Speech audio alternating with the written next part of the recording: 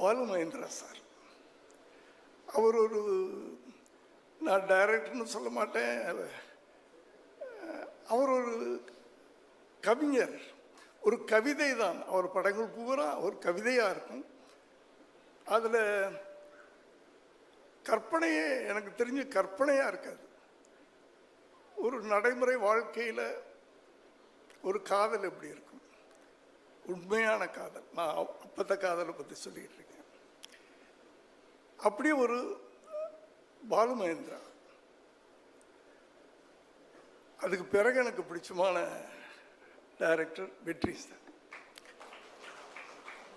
ஆனால் என்ன அவங்களோட 2 பேருக்கும் வித்தியாசம் அப்படின்னா, அவர் ஒரு சாஃப்டான பாலு மகேந்திரா சார் ஒரு சாஃப்டான கதைகள் ஒரு அப்படி இருக்கும், அப்படி தெளிந்த நீரோடை மாதிரி.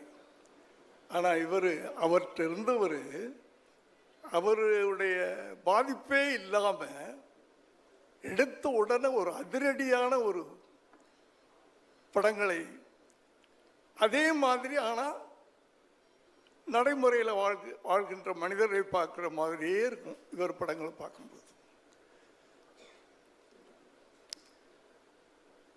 எனக்கு கூட ரொம்ப ஆசை. அந்த ஆசை இப்போ விஜய் ஒரு படமாவது அவரோட பண்ணணும் அப்படின்னு நான் ஆசைப்பட்டேன்.